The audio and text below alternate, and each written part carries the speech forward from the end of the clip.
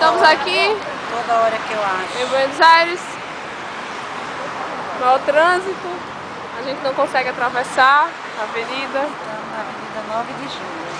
Avenida 9 de Julho. Santa Fé. Santa Fé? Avenida Santa Fé. Onde está os melhores preços para compra? Aí, Doutora Catarina, atravessando a avenida.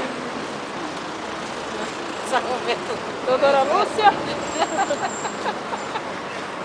Doutor Osvaldo. Oh, Roberta. Bem, é isso. Depois de um...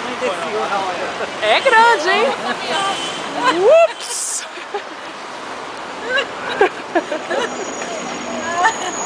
É...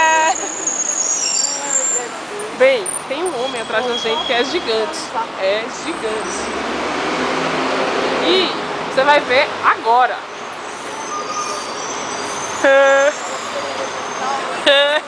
Viu? Deus do céu. Céu tá lá alto. Bem, estamos exaustas. Passamos o dia todo comprando. Hã?